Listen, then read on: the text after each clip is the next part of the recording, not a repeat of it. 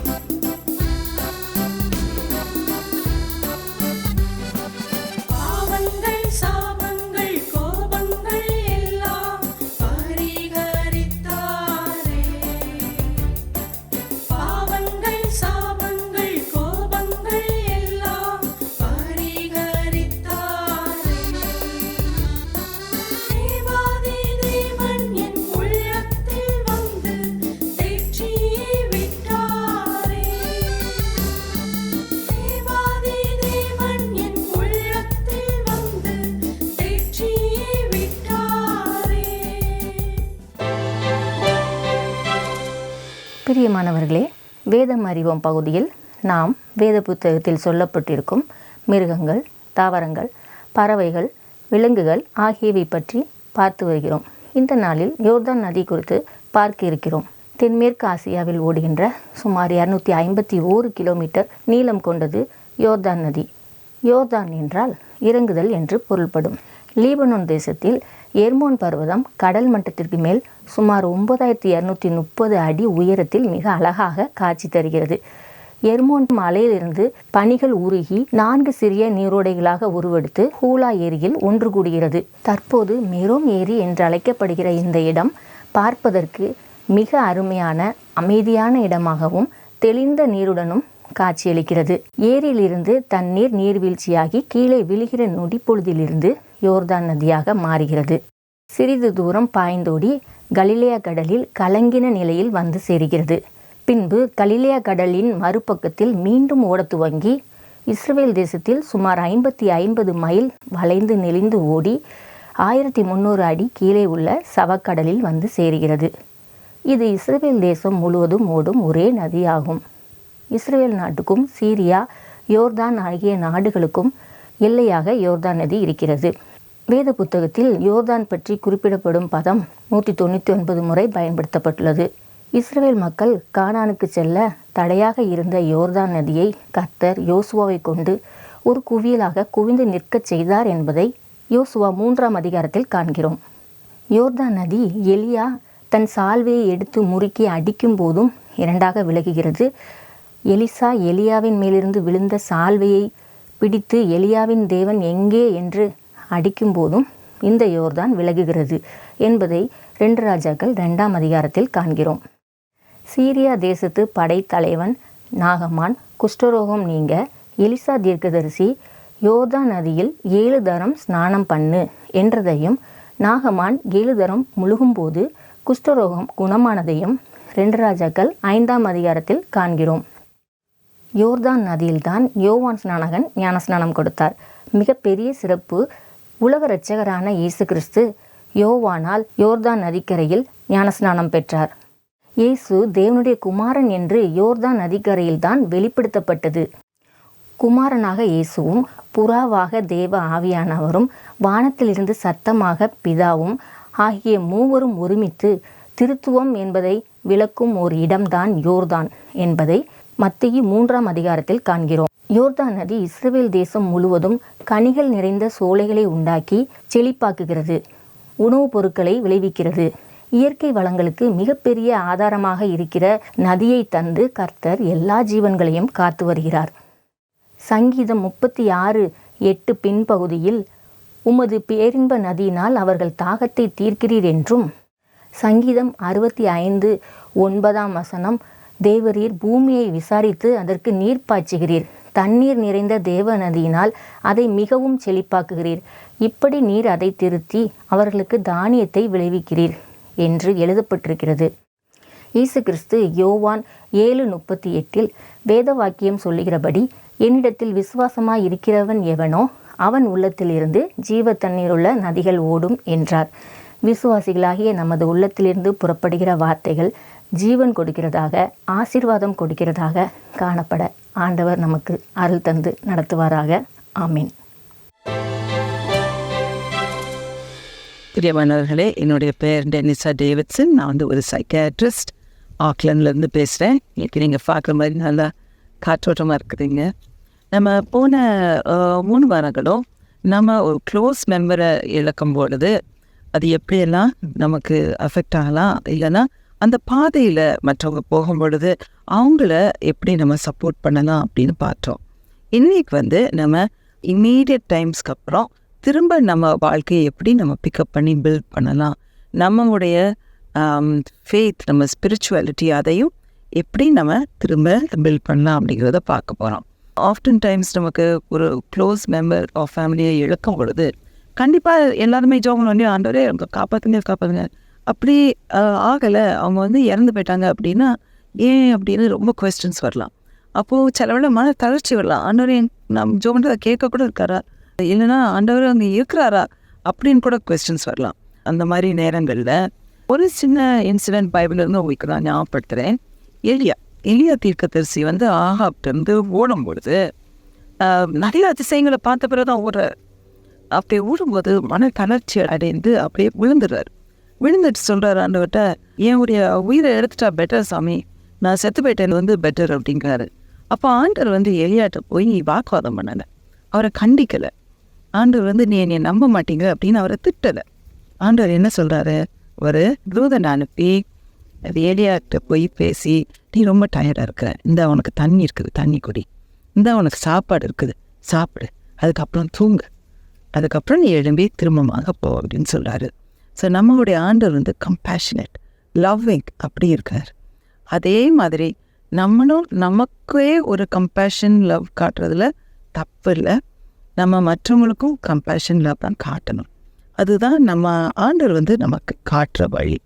அடுத்தாப்புல என்ன பார்க்கணும்னா ஃப்யூச்சர் நீங்கள் பார்க்கும்போது சில நாள் போக போக கொஞ்சம் திரும்ப நம்ம வேலைகளை எடுத்து செய்ய ஆரம்பிக்கும் போது சில டேஸ் கஷ்டமாக இருக்கும். ஆனிவர்சரி டேஸ், இல்லைன்னா அந்த சம்பவம் நடந்தது ஏதாவது ஞாபகப்படுத்துகிற டேஸோ இல்லைன்னா பிளேசஸோ இருக்குதா, அங்கே நமக்கு மெமரிஸை திரும்ப கொண்டு வருதா, இல்லைன்னா எதுவும் நடந்த சம்பவம் திடீர்னு மனசில் வருதா, அப்படியெல்லாம் வரும்பொழுது நமக்கு கஷ்டமாக இருக்கலாம்.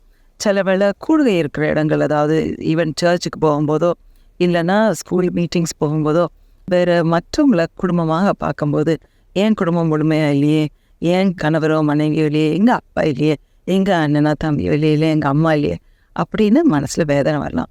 அது நார்மல், வரக்கூடாதுன்னு நீங்கள் நினைக்காதீங்க. அது நார்மல், அது உங்களோட தப்பே இல்லை. நம்ம போக போக நமக்கு ஒரு மீனிங் அண்ட் பர்பஸ் நம்ம ஃபைன் பண்ணுறது ரொம்ப முக்கியம். அதனால சின்ன திங்ஸ் வச்சு ஒரு ஸ்டார்ட் பண்ணுங்க.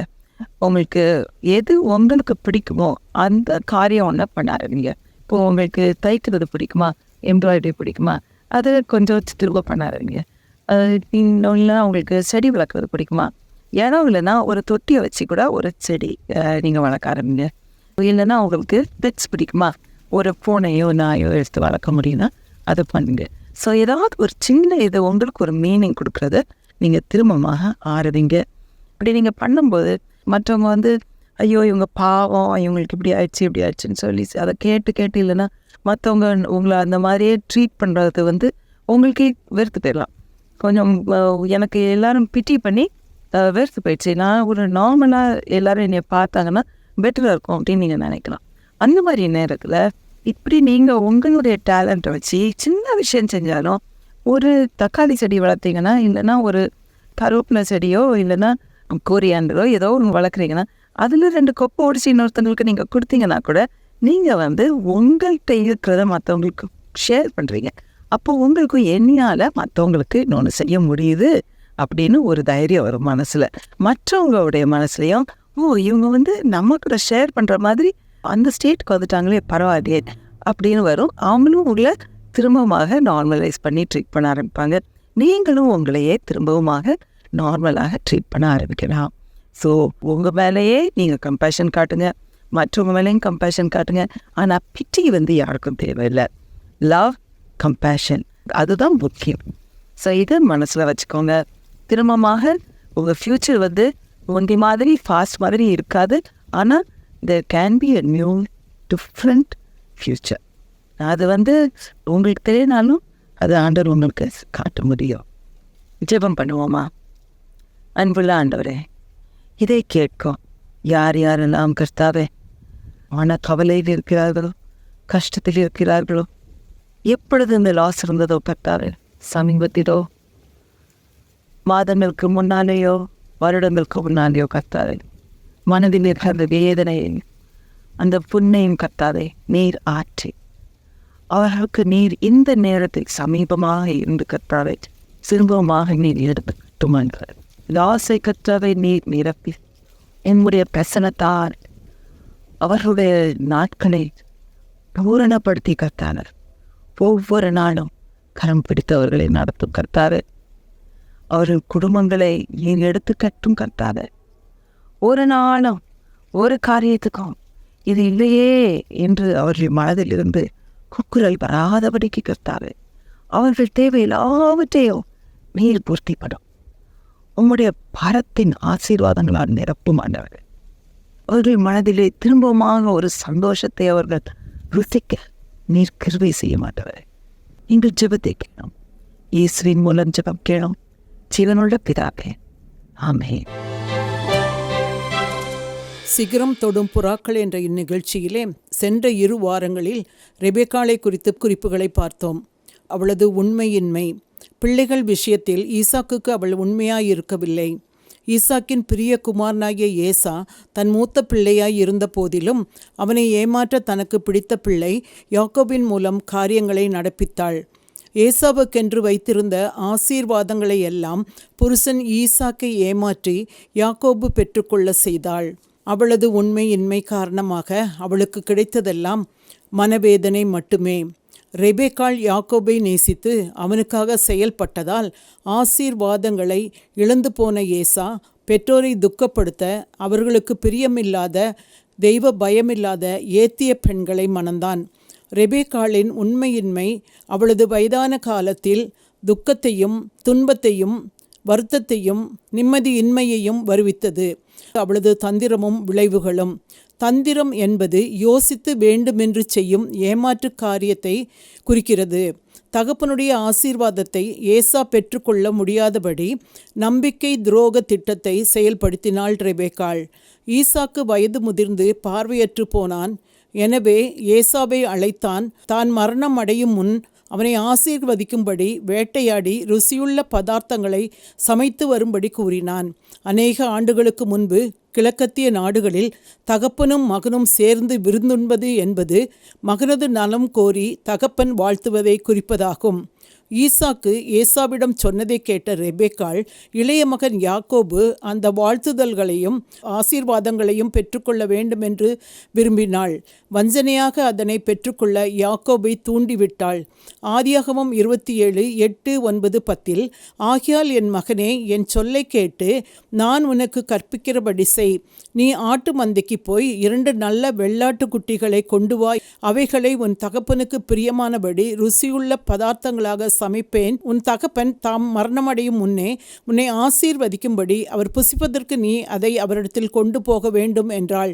புருஷனின் மரணத்தை குறித்து எந்த கவலையும் இல்லாது தன் அன்புக்குரிய மகன் ஆசீர்வாதங்களை பெற்றுக்கொள்ள வேண்டும் என்பதிலேயே அவள் குறியாக இருந்தாள். தாயின் திட்டங்களை கேட்ட யாக்கோபு முதலில் தயங்கினான். ஏனென்றால் ஏசா ரோமம் உள்ளவன். தகப்பன் அதை கண்டுபிடித்தால் ஆசீர்வாதங்களுக்கு பதிலாக சாபங்களை பெற்றுக்கொள்ள நேரிடும் என்று பயந்தான். என்ன வந்தாலும் நான் பார்த்து கொள்கிறேன் என்ற தாயின் தந்திரத்திற்கு கட்டுப்பட்டான். யாக்கோபு ஈசாக்கிற்கு ஏசா போல் தெரியும்படி வெள்ளாட்டுக்குட்டியின் தோலை அவன் கழுத்திலும் கையிலும் போட்டாள். புருஷனது முதுமையும் பார்வையற்ற தன்மையும் ரெபேக்காளுக்கு அவனை ஏமாற்ற வசதியாக அமைந்தது. இளைய மகனிடம் சமைத்த உணவை கொடுத்து விட்டாள். ஈசாக்கிற்கு சந்தேகம் வந்தது. ஆதியாகமம் 27:21-22-24 அப்பொழுது ஈசாக்கு யாக்கோபை நோக்கி, என் மகனே, நீ என் குமாரனாகிய ஏசா தானோ அல்லவோ என்று நான் உன்னை தடவி பார்க்கும்படி கிட்ட வா என்றான். யாக்கோபு தன் தகப்பனாகிய ஈசா கண்டையில் கிட்டே போனான். அவன் இவனை தடவி பார்த்து, சத்தம் யாக்கோபின் சத்தம், கைகளோ ஏசாவின் கைகள் என்று சொல்லி, நீ என் குமாரனாகிய ஏசா தானோ என்றான். அவன் நான் தான் என்றான். ஈசாக்கு அவன் வார்த்தையை நம்பி புசித்து குடித்து மூத்த மகன் என்று எண்ணி எல்லா ஆசீர்வாதங்களையும் இளையவனுக்கு சொல்லி ஆசீர்வதித்தான். ஆனாலும் அவனது ஏமாற்றுதல் அவனது திருமண வாழ்வில் ஏமாற்றத்தை கொண்டு வந்தது. மாமன் லாபான் தன் மருமகன் யாக்கோபை ஏமாற்றினான். ராகேலுக்காக உழைத்த 7 வருட உழைப்பின் பலன் எதிர்பாராத ஒன்று. பிரிய மகனும் தாயும் அதன் பின் ஒருவரை ஒருவர் பார்த்து கொள்ளவில்லை. எத்தனை வேதனையான காரியம்! ரெபேக்காளின் தந்திரத்தால் பிரிய மகன் உயிர் தப்ப 500 மைல்கள் கடந்து ஆரானுக்கு சென்றான். இந்த தந்திரத்தை செய்ய தன் புருஷனிடம் தனக்குள்ள அன்பை மறந்து செயல்பட்டாள். தன் மூத்த மகனிடம் மதிப்பும் மரியாதையும் இழந்தாள். மூத்தவன் இளையவனை சேவிப்பான் என்ற வாக்கு கொடுத்த தேவன் அதை நிறைவேற்ற வல்லவர் என்பதை மறந்து சுய முயற்சியில் ஈடுபட்டாள். தன் வயிற்று பசியை ஆற்றிக்கொள்ள யாக்கோபின் பயிற்றங்குழுக்காக சேஷ்டபுத்திர பாகத்தை ஏசா விற்று போட்டான். ரெபேக்காள் ஈசாக்கின் ஆசைக்கு விருந்து செய்து அந்த தெய்வீக நோக்கத்தை நிறைவேற்ற முற்பட்டாள்.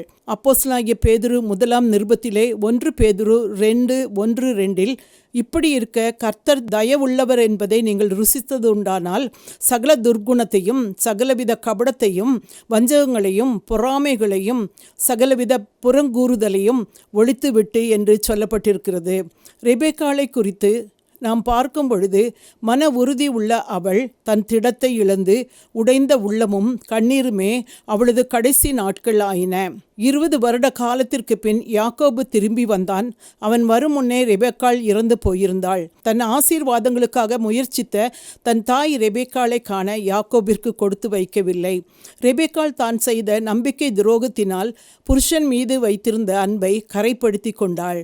புருஷனை ஏமாற்றிய போது ரெபேக்காள் தெய்வீக அழகில்லாதவளாக வெளிப்படுத்தப்பட்டாள். எல்லா பெற்றோருக்கும் ரெபேக்காள் ஒரு எச்சரிப்பு. தன் பிள்ளைகள் மத்தியில் வேற்றுமை பாராட்டக்கூடாது. எல்லா பிள்ளைகளையும் ஒன்று போல் நேசிக்க வேண்டும் என்றும் தேவன் நம்மை வழிநடத்த இடம் கொடுக்க வேண்டும் என்பதையும் நாம் நினைவில் வைத்து கொள்ள வேண்டும். ஒரு மனைவியாக புருஷனுக்கு எதிராக திட்டமிடுவது மோசமான விளைவுகளை ஏற்படுத்தும். புருஷன் மனைவி இருவரில் ஒருவர் தவறு செய்தாலும் நம்பிக்கை துரோகம் செய்தாலும் இந்த உலகம் மற்றவர்களுக்கு வெறுமையாய் காட்சி அளிக்கும்.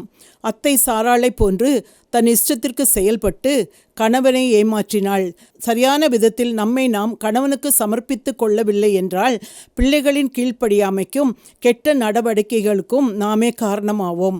பிள்ளைகள் விஷயத்தில் ஒருவனை அதிகமாய் நேசித்து மற்றவனை வேண்டாதவனாகவும் பார்த்து தன் தாய்மையை கரைப்படுத்தி கொண்டாள். அப்போஸ்தலனாகிய பவுல் எபேசியர் 6:11 நீங்கள் பிசாசின் தந்திரங்களோடு எதிர்த்து நிற்க திராணி உள்ளவர்களாகும்படி தேவனுடைய சர்வாயுத வர்க்கத்தை தரித்து கொள்ளுங்கள் என்று கூறுகிறார். வாக்குத்தத்தம் பெற்ற பின் பிள்ளைகளின் தலையெழுத்தை மாற்ற முயற்சி எடுத்திருக்கக்கூடாது. பிள்ளைகள் தவறான வழிக்கு செல்ல தாய் காரணமாக இருக்கக்கூடாது. தேவ திட்டத்தின்படி வளர்க்க தேவ வழிகாட்டுதலை நாட வேண்டும். பிள்ளைகள் பெருமுன் தேவ சந்நிதியை நாடிய ரெபேக்காள் பெற்ற பின் தேவ சந்நிதியை நாடியதாக குறிப்பிடப்படவில்லை. ரெபேக்காள் வாழ்வில் நாம் கற்றுக்கொள்வது, திருமணம் என்பது அன்பினால் மாத்திரமல்ல விசுவாசத்தினாலும் கட்டப்பட வேண்டும். தான் அறியாத மனிதனுக்காக தன் குடும்பம் முழுவதையும் விட்டு விசுவாசத்தோடு வெளியேறினாள். நாம் விசுவாசித்தால் மாத்திரமே தேவன் நமக்கு உதவி செய்ய முடியும். விசுவாசித்தால் தேவ மகிமையை காண்பாய் என்று வேதம் கூறுகிறது. தேவன் அவர் திட்டத்தை செயலாற்ற அனுமதிக்க வேண்டும். அவரது நேரத்திற்காக காத்திருந்து பெற்றுக்கொள்வது வேறு எதற்கும் ஈடாகாது. ஏசாயா 40:31 கர்த்தருக்கு காத்திருக்கிறவர்களோ புது பலன் அடைந்து கழுகுகளைப் போல செட்டைகளை அடித்து எழும்புவார்கள். அவர்கள் ஓடினாலும் இளைப்படையார்கள், நடந்தாலும் சோர்ந்து போகார்கள் என்று கூறுகிறது. தேவன் நம்முடைய நேரப்படி செயலாற்ற மாட்டார். அதனால் பொறுமை இழந்து அவரை துரிதப்படுத்தவோ நமது கரங்களில் எடுத்துக்கொள்ளவோ கூடாது. நம்முடைய வாழ்க்கையில் அவருடைய சித்தம் நிறைவேற நாம் காத்திருப்பது நல்லது. தாய் சாராளின் இறப்பு ஈசாக்கின் வாழ்க்கையில் வெற்றிடத்தை ஏற்படுத்தியது. அதனை நிரப்ப தேவன் புதிய உறவாக ரெபேக்காளை கொடுத்தார். அவன் அவளை நேசித்து மனைவியாக்கி கொண்டான். தாய் இறந்த துக்கம் நீங்கி ஆறுதல் அடைந்தான். பாராபட்சம் குடும்பத்தில் உள்ளவர்களை புண்படுத்தும். யாக்கோபு 2:9 பட்சபாதம் உள்ளவர்களாய் இருப்பீர்களானால் பாவம் செய்து மீறினவர்கள் என்று நியாயப்பிரமாணத்தால் தீர்க்கப்படுவீர்கள் என்று வேதம் கூறுகிறது. தேவன் ஜெபங்களுக்கு பதில் கொடுப்பார், ஆனால் நாம் எதிர்பார்க்கும் போது அல்ல. ஈசாக்கு பிள்ளை இல்லாதிருந்த தன் மனைவிக்காக ஜெபித்தான். தேவன் ஜெபத்தை கேட்டு ரெபேக்காள் கர்ப்பம் தரித்தாள் என்று ஆதியாகமம் 25:21 கூறுகிறது. ஈசாக்கு 20 வருடங்களாக ஜெபித்திருப்பான். 20 வருட ஜெபத்தை தேவன் கேட்டார். தாமதத்தை மறுக்கப்பட்டதாக எடுத்துக்கொள்ளக்கூடாது. தேவ திட்டம் எப்பொழுதும் வெற்றியடையும். ஈசாக்கும் ரெபேக்காளும் தங்களது திருமண வாழ்க்கையில் கர்த்தருக்கு முதலிடம் கொடுத்தனர். மலடியாய் இருந்த மனைவி ரெபேக்காளுக்காக ஈசாக்கு ஜெபித்தான். பிள்ளைகள் ஒன்றோடொன்று மோதி கொண்ட பொழுது ரெபேக்காள் கர்த்தரிடம் விசாரிக்க போனாள். நமது தேவைகளை பூர்த்தி செய்யும் கர்த்தரிடம் நாம் நம்பிக்கை வைக்க வேண்டும். தனது சித்தத்தை நிறைவேற்ற கர்த்தர் சரியில்லாத நம் போன்ற மக்களை உபயோகப்படுத்துகிறார். தேவன் தனது திட்டத்தை நிறைவேற்றவும் அவர்கள் மூலம் வருங்கால இஸ்ரவேலை நிறுவுவதும் தேவ திட்டமாயிருந்தது. ஒரு விஷயத்தில் ரெபேக்காளை நாம் மெச்சிக்கொள்ள வேண்டும். எலெயாசார் வந்து அழைத்த போது தன் மணவாளனை காண அவள் ஆயத்தமாயிருந்தாள். அதுபோல ஆண்டவராகிய இயேசு கிறிஸ்து மணவாளனாய் வரப்போகிறார். அவரை எதிர்கொள்ள நாம் ஆயத்தமாயிருக்கிறோமா? இன்றைய நாளிலே ரெபேக்காளின் உண்மையின்மை, அவளது தந்திரமும் விளைவுகளும் மற்றும் அவளது வாழ்க்கையிலிருந்து ஒரு சில பாடங்களையும் கற்றுக்கொள்ள தேவன் உதவி செய்தார். புருஷனை ஏமாற்றுதல், பிள்ளைகளிடம் பாராபட்சம் போன்ற காரியங்களை தவிர்த்து மணவாளனாகிய இயேசு கிறிஸ்து வர காத்திருக்கிறவர்களாக காணப்படுவோம் என்றால் நாம் சிகரம் தொட முடியும். ஜெபிப்போம். எங்களை அளவில்லாது நேசிப்பவரே, உமக்கு ஸ்தோத்திரம் செலுத்துகிறோம். இன்றைய நாளிலே நாங்கள் தேவரீருக்கும் எங்கள் புருஷனுக்கும் உண்மையாய் இருக்க வேண்டும். பிள்ளைகளிடம் பாராபட்சம் காட்டக்கூடாது. புருஷன் மனைவியிடமும் மனைவி புருஷனிடமும் உள்ள அன்பை எக்காரணத்தினாலும் விட்டு கொடுக்காது கிறிஸ்துவின் வருகைக்கென்று காத்திருக்கிறவர்களாக காணப்பட வேண்டும் என்று சொல்லி கற்றுக்கொள்ள தேவரீர் தந்த கிருபைக்காய் நன்றி செலுத்துகிறோம். இயேசுவின் மூலம் ஜெபங்களும் பிதாவே, ஆமேன். விஸ்வவாணி என்பது இந்தியாவில் அறியப்படாத இடங்களில் நற்செய்தியை அறிவித்து தாழ்ந்து கிடக்கும் சமுதாய மக்கள் சமுதாயத்தில் உயர்ந்த நிலையை அடைவதற்கான அனைத்து கட்டமைப்புகளையும் ஏற்படுத்தி தரும் ஓர் மக்கள் இயக்கம். குடி, விபச்சாரம் என மனிதர்களை அழித்தொழிக்கும் பாவங்களிலிருந்து அவர்கள் நிலையான விடுதலையை பெற்றுக்கொள்வதற்கான வழிமுறைகளை அறிவித்து கல்வி அறிவு புகட்டி கைத்தொழில்களை கற்பித்து சமுதாயத்தின் சக மனிதர்களைப் போல அவர்களும் தலை நிமிர்ந்து வாழ வழி செய்யும் ஓர் அன்பின் ஐக்கியம். ஒரு கிராமத்தை பொறுப்படுத்து மாதந்தோறும் 4000 ரூபாய் அன்பின் ஈகையாக கொடுப்பதின் மூலம் ஓர் சமுதாயம் நம் கண்முன்னே மலர்வதை நீங்கள் பார்க்க முடியும். அவர்கள் ஆராதிக்கவும் தங்கள் சமுதாய மறுமலர்ச்சிக்கான திட்டங்களை தீட்டவும் ஓர் ஆராதனை கூடத்தை ஏற்படுத்தி தருவதற்கு எங்களை நீங்கள் தொடர்பு கொள்ளலாம். சிறுவர்களுக்கான கல்வி செலவை ஒவ்வொரு மாதமும் ரூபாய் 1500 கொடுப்பதின் மூலம் பொறுப்பெடுக்கலாம். இந்திய தேசத்தின் வலிமையான கிராமங்களை உருவாக்க, அடிமைத்தனங்கள் இல்லாத சமுதாயத்தை கட்டமைக்க, அன்பின் இதயங்களாக நாம் ஒன்று சேர்ந்து உழைப்போம். ஆண்டவர் உங்களை ஆசீர்வதிக்கட்டும். கூடுதல் தகவல்களுக்கும் அன்பின் தொடர்புகளுக்கும் நீங்கள் தொடர்பு கொள்ள வேண்டிய தொலைபேசி எண்கள் திரையில் காண்பிக்கப்படுகின்றன. உங்கள் அன்பின் ஈகைகளை ஆன்லைன் பரிவர்த்தனை மூலம் செலுத்த வங்கி கணக்கு எண்களும் கீழே தரப்படுகின்றன.